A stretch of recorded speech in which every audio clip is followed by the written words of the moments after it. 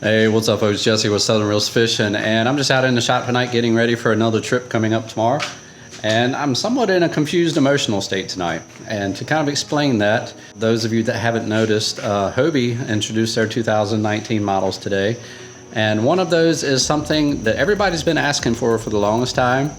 And I don't think anybody really expected was for them to finally redesign one of their most popular models, which is the Hobie Outback. I have a 2016 model, something that I have fished out of a lot recently. And you know, it's an awesome kayak, it really is. I also have a Pro Angler as well. That's a 2015 model, Pro Angler 14. I've owned that one much longer, a couple of years longer, and I've fished a lot more out of it. And to be straight up with you, for the longest time, I didn't think I would ever love anything as much as I love that kayak. But the more I fish out of this Outback here, the more I'm starting to think that I actually like it more, which is kind of crazy. The Pro Angler, it kind of has the Cadillac, leg room, stability. You can pretty much take everything, including kitchen sink, out with you. I've got it all rigged up the way I always wished I could have it, with the, you know, the Torpedo on the back, fancy sonar system, all that stuff on it that you really don't need.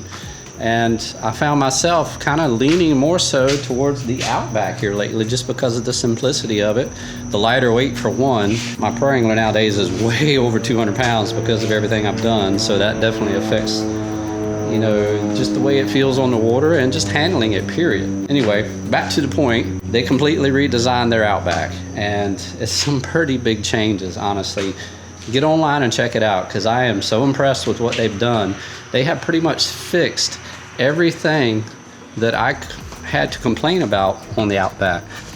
Seriously, everything. As far as the dual steering controls, that's something that always bothered me. I love about the Pro Angler is you can steer it from both sides. The Outback only had it on the left side, and there was plenty of times where, you know, that was a bit frustrating on the water. They added a skeg to it to help with tracking, something not too big of a deal to me, but some people may use that a lot more than I do. They redesigned the rudder system on the back. Something that I didn't really care about the Outback was the twist and stow rudder system. For one, it was hard to get up sometimes out of the water. Kind of sticks out in the back here. It's definitely exposed to being banged into pylons and stuff. I didn't really care for it. I didn't like the fact that it was locked down when you were using it. If you hit something, you could actually break the cable. They redesigned it. Now it's just like the Pro Angler. It's actually up underneath the kayak. And now at the back of it, they got a nice little H-rail.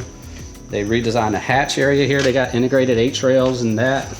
Also up in this area here, they put a square hatch in it, similar to like I did on mine, except they have theirs turned this way with the handle on the end where it opens up like that, which is pretty neat. It gives you room to stand on each side of it still. They redesigned the front hatch. I mean, they did a lot to that kayak.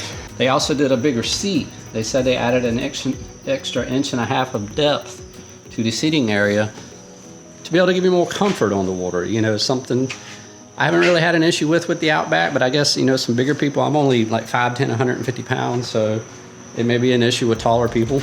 But all in all, I'm impressed with what they've done. So much so that I actually already contacted my local dealer and talked to them about securing one of the first ones that they get. I'm going to buy one, straight up. And I'm probably going to be selling my blue one over here once I get it.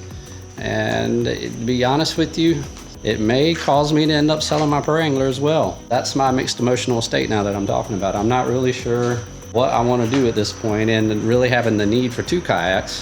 I love this one here, and it can pretty much do everything I wanted to do other than the few annoyances that I had with it.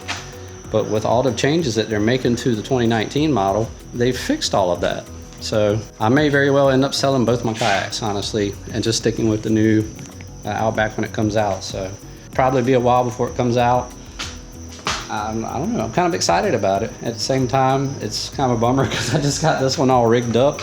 So, you know, whoever buys this from me will be getting an awesome kayak. It's definitely set up. I'll be selling it with the boondocks and everything on it. The hatch upgrade, the larger rudder in the back. I'll probably let the sonar go with it as well. Oh yeah, that's another thing. The new Outback has the Guardian sonar plate underneath. That's the larger one that actually retracts. So if you wanted to run a side scan sonar setup or transducer on it, it actually retracts it up into the hull. Pretty sweet. Something they also have on the Pro Angler as well, but I mean, they've decked that thing out. Get online, check it out. I'll try to post a couple pictures up here as I'm talking about it, but it's a pretty sweet piece of machinery. So anyway, I just wanted to talk about that. I'm excited about it. I'll probably be getting one of the first ones to come in, so I'll definitely do a review on it when I get it. If any of you guys are interested in purchasing my blue one, just message me or hit me up on Instagram or something. But I'll let it go for a good price. I mean, not too cheap, but anyway, that's what I want to talk about tonight. I'm gonna finish getting ready for this trip tomorrow. Going to the high rise to do some fishing. Hopefully catch some pigs out there. So peace, see y'all.